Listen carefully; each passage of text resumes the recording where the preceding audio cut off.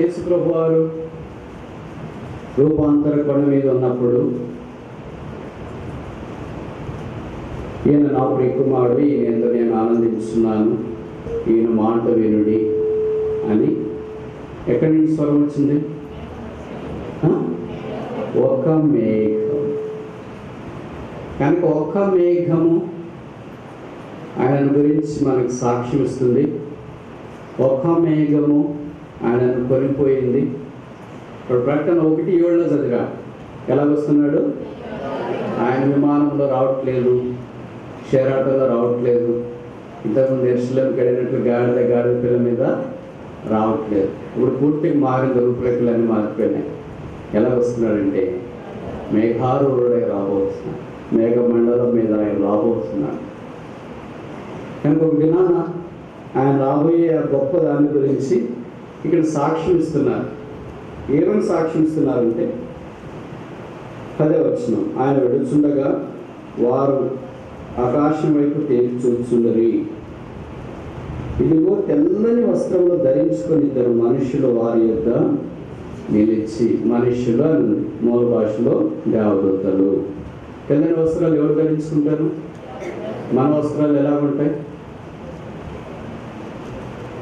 రంగురంగులు ఉంటాయి. బయటికి తెల్లగున్నా లోపలంతా ఎంత తెల్లగా ఉంటుందో అంత నలుపుంటారు. అలాగని బయట నలుపేసుకుంటే లోపల తెల్లకుంటుంది అనేం కాదు. బయట మీరు తెల్లపేసుకున్నా, నలుపేసుకున్నా, ఎర్రపేసుకున్నా లోపల ఎడక తొక్క తెచ్చి ఏడాది ఉతికినా నలుపే కానీ తెలుపు కాదు. కానీ ఈ హృదయము అంత నల్లని చీకటితో పాపంతో నింపబడింది. దాన్ని మామూలుగా మనకి ఎక్కువ కవరేజ్ ఇష్టం కదా, ఏదైనా కవరేజ్ చేస్తుంటాం, మాటలతో అన్నీ కవరేజ్. కనుక హృదయాన్ని కూడా ఏం చేస్తామంటే కవరేజ్ చేస్తాం. ఆ కవరేజ్ కొరకు చాలా ప్రయత్నాలు చేస్తుంటాం. ఇప్పుడు ఈ 2 మనుషులు దేవదూతలు, 2 దేవదూతలని ఎలా చెప్తారనంటే యేసు ప్రభువు వారు లేచినప్పుడు కూడా తల దగ్గర ఒకరు, కాళ్ళ దగ్గర ఒకరు, వాళ్ళు దేవదూతలు. వాళ్ళే చెప్పినారు, ఈజ్ నాట్ హియర్, ఆయన ఇక్కడ లేడు, ఆయన లేచి ఉన్నాడు. ఆయన పునరుత్థానాన్ని గురించి సాక్షించిన వాడు.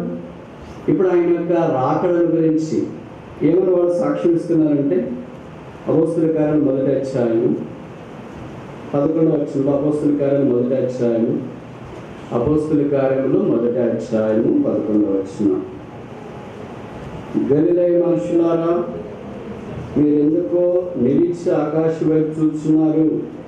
మీ ఎదురుండి పరలోకంలో చేర్చుకునబడిన యేసే ఏ రీతిగా పరలోకంలోకి వెళ్ళటం మీరు సూచితురో ఆ రీతిగానే ఆయన తిరిగి వచ్చునని వారితో చెప్పి. వెళ్ళుట, వచ్చుట, 2 మాటలు చూడండి. వెళ్ళుట, వచ్చుట. ఆయన వెళితే కానీ రాలేడు. కానీ ఆయన రావాలంటే ఏం చేయాలి? వెళ్ళాలి.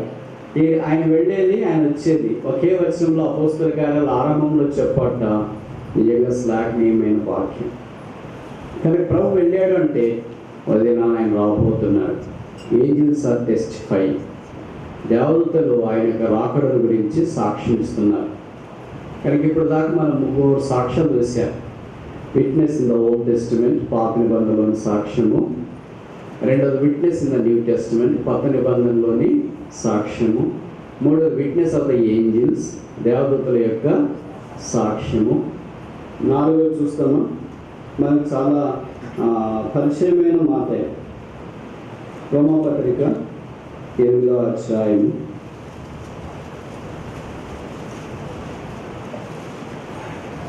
రోమాపత్రిక 8వ అధ్యాయం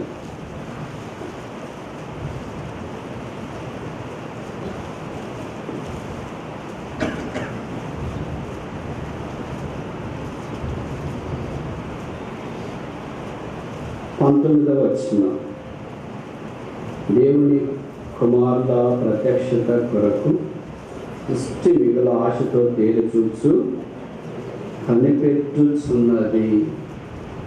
క్రియేషన్ ఈజ్ ఆల్సో విట్నెసింగ్. ఈ సృష్టి కూడా యేసు ప్రభు యొక్క రాకడ గురించి మనకు ఏం చేస్తుందంటే తెలియచేస్తుంది. సృష్టి అంతా ఉంది భూమి మీద ఈ దినం అంటే ఒక దినాన్ని ప్రభు రాకడ కొరకు కనిపెట్టుకుంది. కింద వచనాల్లో చూస్తే మూలుగుతుందంట సృష్టి. 22 సృష్టి యావత్తు ఇది వరకు ఏకగ్రీవముగా మూలుచు ప్రసవేదన పడుతున్నదని ఎరుగుదము. 23 మన దేహం యొక్క విమోచన కొరకు కనిపెట్టచ్చు, మనలో మనము మూలుగుతున్నాము. ఈ సృష్టిలో మనం కూడా కలుపుకుందాం. So we are all waiting for his coming. ఆయన రాకడ కొరకు మనం కూడా ఎదురు చూస్తున్నాం. ఇప్పుడు 4 సాక్ష్యాలైన 5వ ఆఖరిది. ఇంతతో ముగిస్తాడని అనుకోవద్దండి.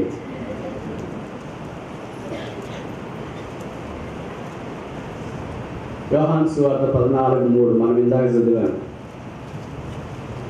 యోహాను 14:3 నేను వెళ్ళి మీకు స్థలము సిద్ధపరిచిన ఎడల నేనున్న స్థలంలో మీరును ఉండలాగన మరలా వచ్చి నా యొద్ద నుండి మిమ్మల్ని మరలా వచ్చి. Witness of Christ. ప్రభు తానే స్వయంగా సాక్షి ఇచ్చాడు. ఆయన అబద్ధం ఆడనేరని దేవుడు, పొరపాటు చేయని దేవుడు. మన మాదిరి ఆయన నాలుక నోరు ఉండదు. అంటే మనం అబద్ధాలు ఎంత తేలిగ్గా మాట్లాడతామో, ఎంత తేలిగ్గా మాట్లాడతామో ఆయన నోట్లో నుండి ఎప్పుడు అంతే సత్యం వస్తుంది. దేవుడు కొన్ని చేయలేని ఉన్నాయి. దాంట్లో ఒకటి ఏంటంటే అబద్ధం ఆడదు. ఇక్కడున్నాయి. దేవుడి దగ్గర పోయి ప్రభావం లంచం ఇస్తాం, కొద్ది గిఫ్ట్ ఇస్తాం, కవర్ తీసుకొని అబద్ధం చెప్పండి చెప్పడు. ఒక పూట భోజనానికి పిలుస్తాం, జత బట్టలు తెచ్చిస్తాం, అబద్ధం చెప్పమంటే చెప్పడు. ఇల్లు కొనిస్తాం, కారు కొనిస్తాం, అబద్ధం చెప్పమంటే చెప్పడు. కానీ దేవుడు చేయలేని వారు ఉన్నాయి. దాంట్లో ఒకటి ఏంటంటే ఆయన అబద్ధము. తీతుకు రాసి అపోస్తలుడైన పౌలు అన్నాడు, అబద్ధం ఆడనేరని దేవుడు. కనుక ఆయన పేరు ఏంటంటే గాడ్ దట్ కెనాట్ లై. అబద్ధం ఆడనేరని దేవుడు. మనం అబద్ధాలు ఎలా మాట్లాడుతుంటాం? మామూలు కొంతమంది అంటుంటారు నీళ్ళు తాగినట్లు అబద్ధాలు మాట్లాడతారు అని. కొద్దిగా మార్చేసిన. ఎందుకు మార్చినారంటే వేసవికాలం నీళ్ళు ఎక్కువ తాగుతాం, 3 లీటర్లు. చలికాలం 1 లీటరే తాగుతాం, తక్కువ తాగుతాం.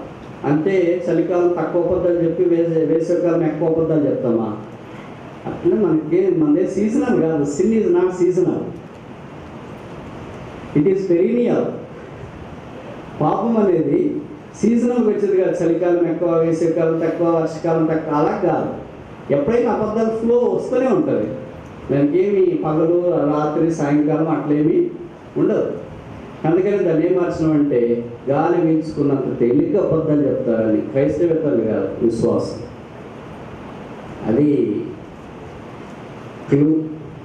క్రైస్తవేత్తలన్నా భయపడతారేమో కానీ విశ్వాసాలకు అస్సలు భయపడదు అబద్ధాలు చెప్పడానికి. ఎందుకంటే దే ఆర్ డెడ్. వాళ్ళు చనిపోయారు. పేరుకు మాత్రం ఎలాగున్నారు? బ్రతికున్నావు అన్న పేరు మాత్రం ఉన్నది, కానీ నీవు మృతుడవే. A person who can speak truth is dead. సత్యం చెప్పని వ్యక్తి సమాధిలో ఉన్న వ్యక్తి. అందుకే వాళ్ళు ఎప్పుడు అబద్ధాలు చెప్తుంటారు. నోరు తెలిస్తే అబద్ధమే. రాత్రి అయినా, పగలైనా, సాయంకాలం అయినా, ఉదయం లేచిన పడక మీద నుండి అట్లా లేస్తూనే అబద్ధం చెప్తూ ఉంటారు. ఇప్పుడు జీవితమే పూర్తిగా అబద్ధాలతో నింపబడి ఉంటుంది. కానీ దేవుడు అబద్ధం ఆడనేదని వాడు. ఆయన నోట ఏ కపటము. ఆయనతో పాటు కొనిపోబట్టడానికి, ఆయన యుద్ధం ఉండటానికి మనమే ఇన్ని అబద్ధాలు చెప్పేవాళ్ళం. ఉదయం వేసుకుని పర్లోక రాజ్యానికి వెళ్ళిన తర్వాత అబద్ధాలు ఎవరితో చెప్పాలా? ఆలోచిస్తుంటారు కొంతమంది అలవాటైన వాళ్ళు. అయ్యో అయితే పర్లోక రాజ్యం వద్దలే, నరకానికి వెళ్దాం అనుకునే వాళ్ళు కూడా కొడతామని ఉంటారు. ఎందుకంటే మన పాపాలన్నిటికీ పర్లోక రాజ్యంలో నో యాక్సెస్. అబద్ధాలకి, ద్వేషానికి, అసూయకి, కక్షకి, విమతానికి, దీనంతటికి పరలోక రాజ్యంలో యాక్సెస్ డినైడ్.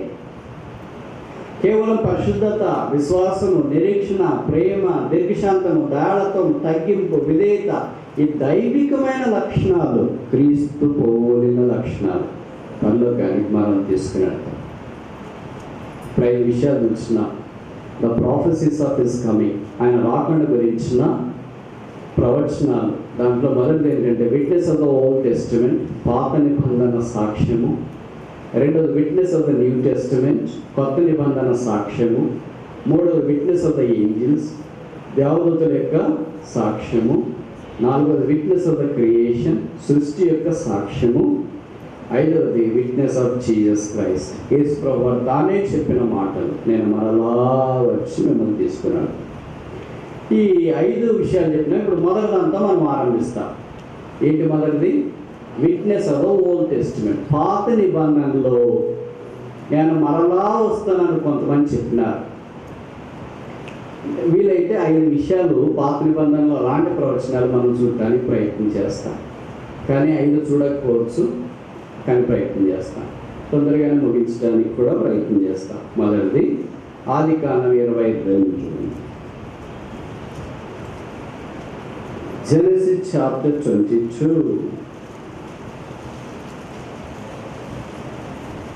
ఆదికాండము 22వ అధ్యాయం 5వ వచనం. Genesis 22:5.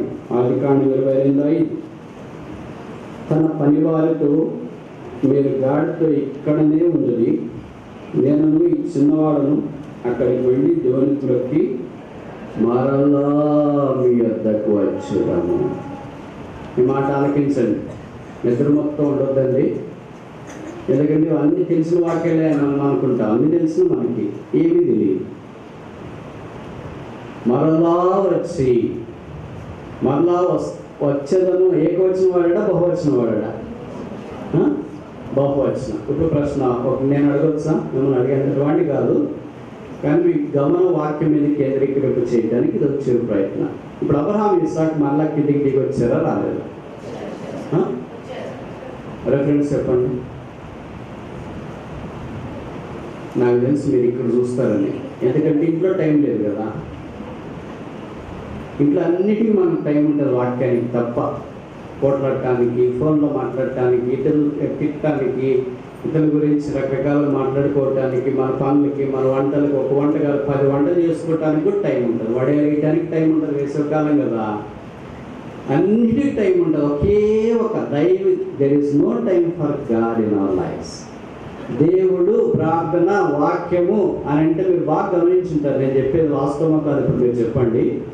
అప్పుడు దాకా మనం బాగానే ఉంటాం, మన ఫోన్ ఏం పోతుంది, మనం పనులు చేసుకుంటుంటాం అన్నీ. సరేలే ఒక్కసారి మోకరించి ప్రార్థన చేసుకుందామని మీరు అట్లా మోకరించినారు అనుకో, 2 కాళ్ళు కూడా కాదు, ఒకే కాలం మోకరించిన వెంటనే మీ ఫోన్ రింగ్ అయ్యింది కాలేదా? అట్లా అట్లాంటి భక్తులు ఇక్కడ ఎవరు లేరా? ఖచ్చితంగా ఫోన్ రింగ్ అవుతుంది. అప్పుడు మనకు అనిపిస్తుంది, అయ్యో ఇప్పుడే ప్రార్థన చేసుకుందాం అనుకుంటే ఫోన్ రింగ్ అవుతుంది. ఆ ఫోన్ కూడా ఎవరిది? మనం లిఫ్ట్ చేయకుండా ఉండలేని వాళ్ళ తల్లిదండ్రులతో, లేదా ఇంపార్టెంట్ అన్నో, తమ్ముడో, అక్కో, చెల్లో మాట్లాడాలి. ఇంకా వాళ్ళు అప్పుడు మాట్లాడిపోతే ఇంకోసారి మాట్లాడమేమో అనుకుంటా. సరే రిలాక్స్గా మాట్లాడదాం అని అనుకుంటాం, పూర్తిగా డైవర్ట్ అయిపోతాం. ఎక్కడికో గంటన్నర కదా, అంతా అన్లిమిటెడ్ కాల్సే కదా ఇప్పుడు.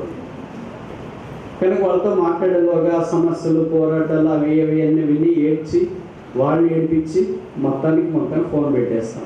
అప్పుడు ఇంకా ప్రార్థన చేసుకోబోద్ది కదా. మైండ్ అంతా బాగలేదు కదా, మనసు బాగలేదు, ప్రార్థన చేయి. ఎవరు ప్రార్థన చేస్తామన్నారు వాళ్ళు కూడా వేరే వాళ్ళ కొరకు ఏదో వేరే వాళ్ళ ప్రార్థన సహాయం తీసుకుంటారు. ఎందుకంటే వాళ్ళు ప్రార్థన చేయలేరు. ఇలాగ వాక్యానికి, ఇలాగ ప్రార్థనకి, ఇలాగ ప్రతి దైవికమైన కార్యానికి మనకు ఖచ్చితంగా ఆటంకం వస్తుంది. ఒక్క భౌతికమైన కార్యం చేసేటప్పుడు పొరపాటును కూడా రాదు. మీరు బాగా చూడండి, మీరు బాగా పరిచయం. అబద్ధం చెప్పేటప్పుడు ఎప్పుడైనా చెప్పొద్దని కాల్ వచ్చిందా? రాదు. ఏదో పాపం చేయడానికి సాతాడు ఆటంకపరచడు, ఫ్రీ యాక్సెస్ ఇస్తాడు. సరే ఇప్పుడు మనం భాగంలోకి వస్తాం. రిఫరెన్స్ చెప్పండి అమ్మా.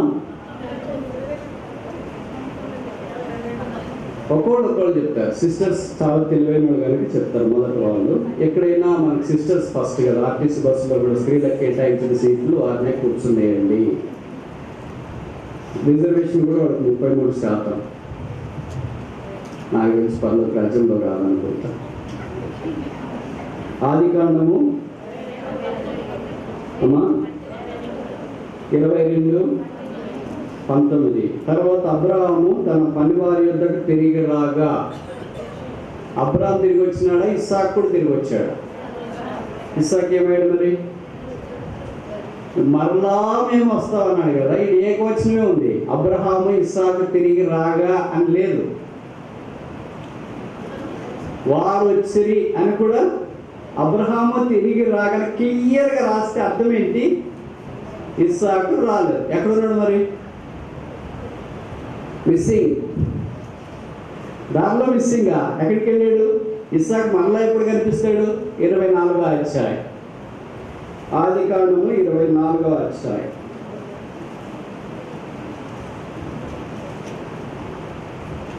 అరవై 62 కానీ 63 కానీ. ఆదికాండం 24, 62 కానీ 63 కానీ. ఇస్సాకు బెయేర్లై మార్గం వచ్చి దక్షిణ దేశం నుండి కాపురం ఉండను. సాయంకాలం ఇస్సాకు పొలంలో ఇక్కడ దాకా నాకు తెలిసి ఇస్సాకు మనకు కనపడు. ఇస్సాకు పేరు వాడబడి ఉండొచ్చు, ఇస్సాకు కనిపించు. ఎక్కడికి వెళ్ళాడు మరి? ఏం జరిగింది మధ్యలో? 22కి 24కి, అంటే 22వ అధ్యాయం ఆదికాండానికి 24వ అధ్యాయం ఆదికాండానికి మధ్యలో ఏ అధ్యాయం ఉంది? 23వ అధ్యాయం ఉంది. 23వ అధ్యాయం కథ సారాంశం ఏంటి? శారా చనిపోయింది. వాళ్ళ అమ్మగారు చనిపోయినప్పుడు భూస్థాపనకు వచ్చినాడా రాలేదా? వచ్చినాడా రాలేదా?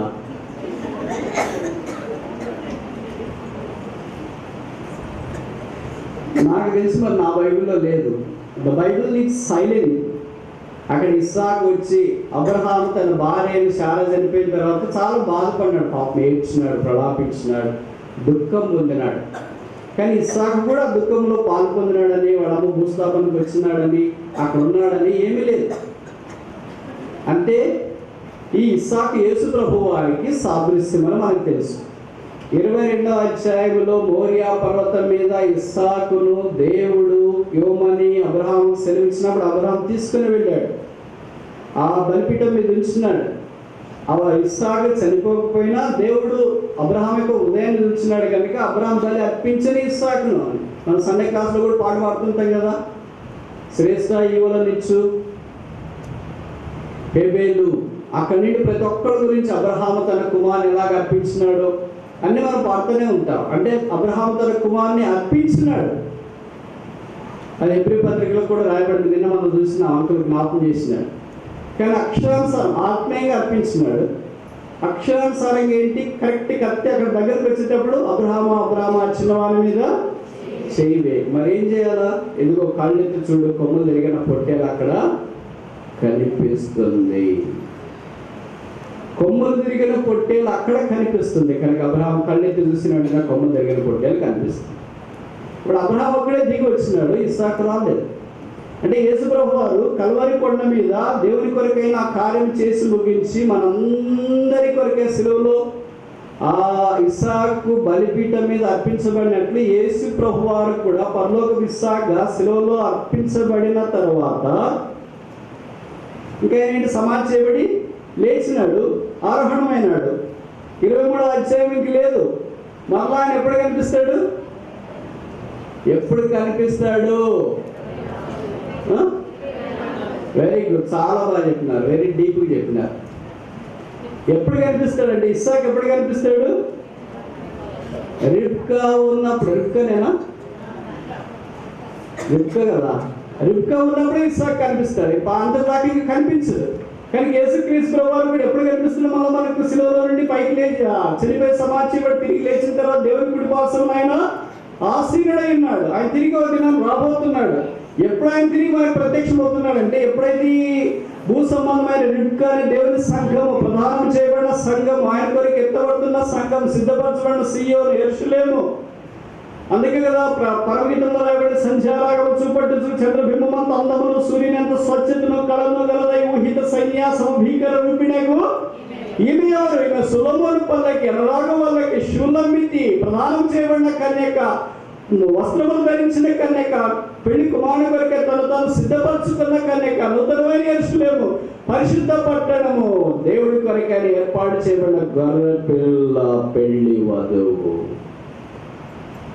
అక్కడ యేసు ప్రభు ఆ సంఘం సిద్ధమైనప్పుడు ఆయన తిరిగి కనిపిస్తున్నాడు. కనుక ఎప్పుడైతే సంఘం సిద్ధం చేయబడి, రిబ్కా సిద్ధం చేయబడి, అబ్రహాము రాసులని ఏలియాజరు ద్వారా తీసుకొని వస్తుందో అప్పుడు యేసుక్రీస్తు ప్రభు వారు ప్రత్యక్షం కావాలి. అప్పటిదాకా ఏం జరుగుతుంది భూమి మీద?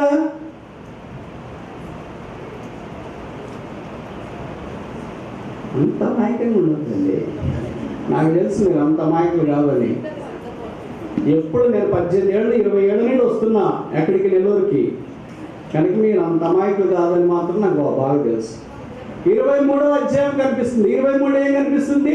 డెత్, మరణం కనిపిస్తుంది. క్రీస్తునందు మృతులైన వారు ధన్యులు. కానీ ఇప్పుడు సంఘం ఏ పరిస్థితి గుండా వెళ్తుంది అంటే, ఎవరైతే రక్షించబడ్డారో దేవుడు వారిని పిలిచినప్పుడు వాళ్ళు పిలుపులో వెళ్ళిపోతున్నారు, వాళ్ళు తీసుకెళ్ళి మనం పాలు పెడుతున్నాం.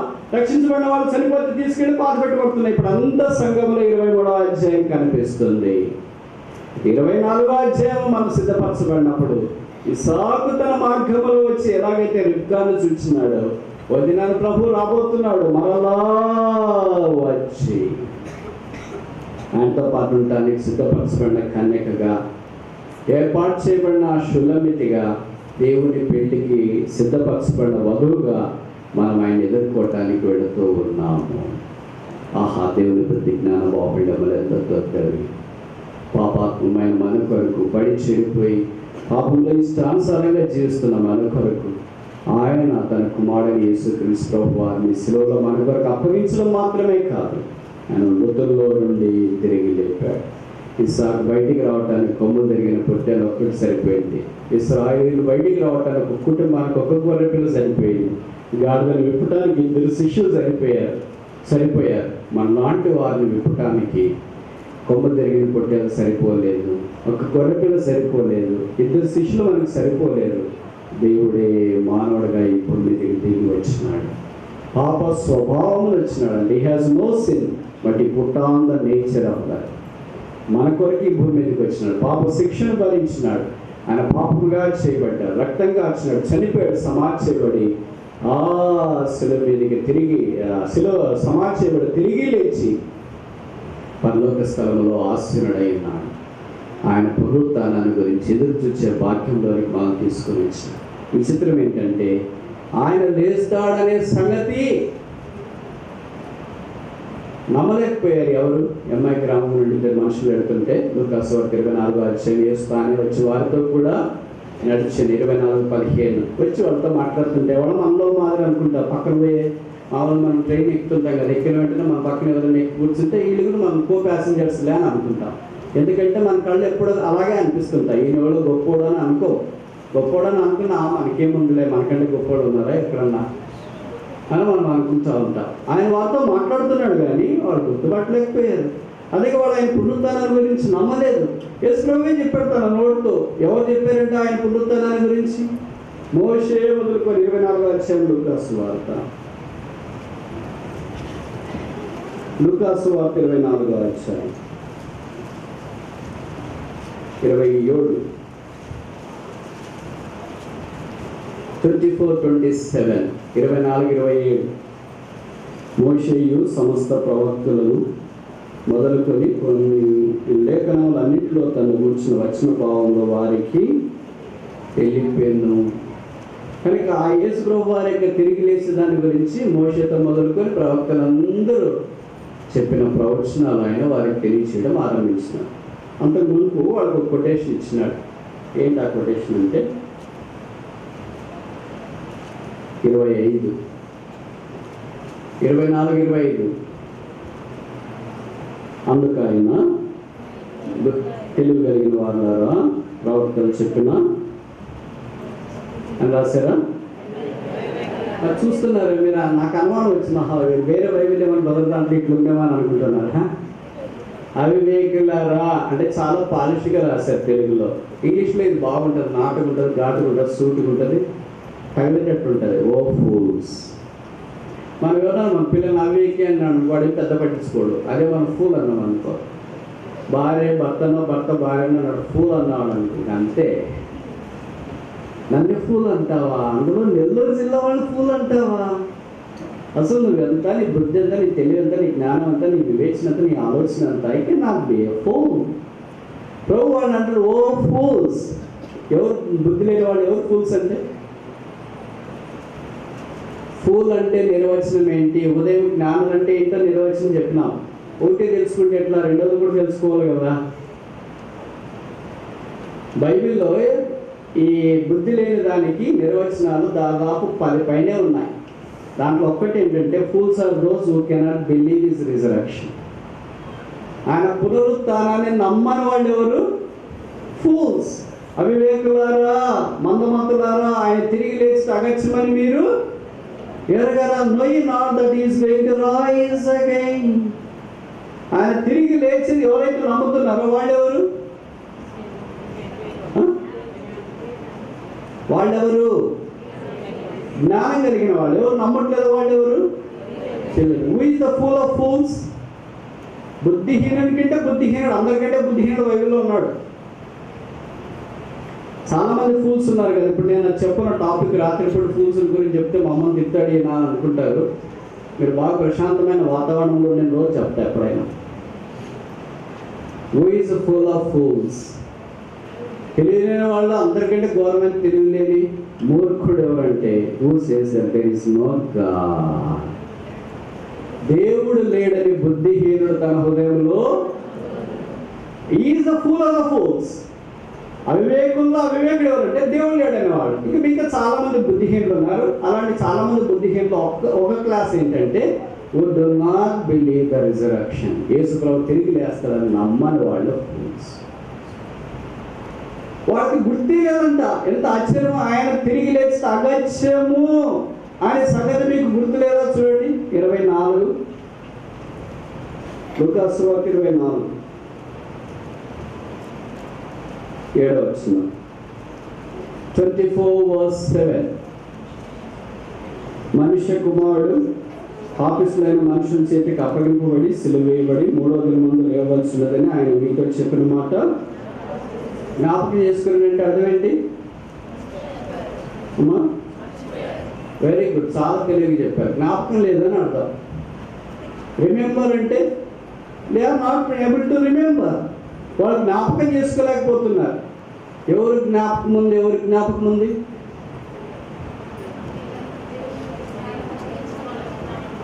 Very good. మత్తయి సువార్త 27వ అధ్యాయము, మత్తయి సువార్త 27:63 అనుకుంటా. Matthew chapter 27:63. మత్తయి సువార్త 27:63. 62 కూడా చదువుతాం. మరునాడు అనగా సిద్ధపరచు దినములకు మరుసటి దినమున ప్రధాన యాజకులు పరిసయ్యులు పిలాతునితో కూడి వచ్చి, అయ్యా, ఆ వంచకుడు సజీవుడై ఉండినప్పుడు 3 దినములు అయిన తర్వాత నేను లేచదని చెప్పినది మాకు ఎవరి జ్ఞాపకం ఉంది? ఎవరు అప్పగించినారో, ఎవరు సిలువేమని కేకలేసినారో, ఎవరు ఇదంతా కుట్ర చేసినారో, ఎవరు ఇది ద్రోహం చేసినారో వాళ్ళకేం గుర్తుంది? యేసు ప్రభు వారు 3వ దినాన్ని తిరిగి లేస్తాడని గుర్తుంది. ఎవరికి గుర్తు లేదు? ఎవరైతే ఆయనతో పాటు ఉన్నారో, ఆయన వెంబడి వెళ్ళారు, ఆయన సమాధి దగ్గరికి వెళ్ళారు, అన్ని చూశారు, వాళ్ళకేం లేదు? జ్ఞాపకం లేదు. ఎవరికి జ్ఞాపకం ఉండాలి, ఎవరికి జ్ఞాపకం ఉండకూడదు?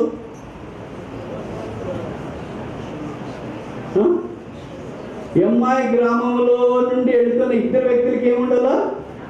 జ్ఞాపకం ఉండాలి. లేదా పైన వాళ్ళకి శిష్యులకి ఏముండాలా? జ్ఞాపకం ఉండాలా. మగ్ధులేని వారికి ఏముండాలా? జ్ఞాపకం ఉండాలా. మిగతా స్త్రీలకి ఏముండాలా? జ్ఞాపకం ఉండాలి. ఏమని జ్ఞాపకం ఉండాలా? ఆయన 3వ దినాన్ని తిరిగి లేచుతా అగత్యమని జ్ఞాపకం ఉండాలి. ఎవరు మర్చిపోయి ఉండాలా? ప్రధాన యాజకులు, పరిసయ్యులు, పిలాతు ఇలాంటి వాడు ఏమై ఉండాలా? మర్చిపోయి ఉండాలి. కానీ ఎవరి జ్ఞాపకం ఉంది? ఎవరు మర్చిపోయారు? ఇది సిచ్యువేషన్ మన కూడా ఇలాగే ఉంటుంది. వాక్యం మనం మర్చిపోయింటాం, యేసుప్రభు వస్తున్నాం మనకు మర్చిపోయింటాం. బయట లోకస్లో చెప్తాం, ఏం సార్ యేసుప్రభు మరలా వస్తానంటే అని. అప్పుడు కానీ మనకి వస్తున్నాడు అండి, వస్తున్నట్టు కనిపించట్లేదేంటి? There is no reflection that is coming again. తిరిగి వస్తున్నాడు అనేది మన క్రైస్తవ జీవితంలో ఎక్కడ మనకు కనిపించదు. ఎందుకంటే మనం ఆ ప్రకారం జీవించట్లేదేమో, లోకానికి కనిపిస్తుంది. వాళ్ళు ఎలా మాట్లాడినా వచ్చి పిల్లలతో అంటున్నారు, ఆ వంచకుడు. చూడండి వాళ్ళ మాటలు ఆ వంచకుడు, ఆయన లోక రక్షకుడు. దొంగ అన్నాడు లోక రక్షకుడని. అంటే బయట ఉన్న వాళ్ళకి ఆయన రక్షకుడు, లోపల ఉన్న వాళ్ళకి ఆయన ఎవరు? ప్రధాన యాజకుడికి ఎవరు? పరిసయ్యులకి ఎవరు? ఆయన వంచకుడు. ఆయన 3వ దినాన్ని తిరిగి లేస్తుందని చెప్పి మాకు జ్ఞాపకం ఉంది. అంటే వాళ్ళకి ఎక్కువ జ్ఞాపక శక్తి ఉంటారు. అందుకే మీరు గమనించిన లేదా, కాపీలు కొట్టే వాళ్ళకి ఎక్కువ తెలివి ఉంటుంది, చదువుకున్న రాసిన తక్కువ తెలివి.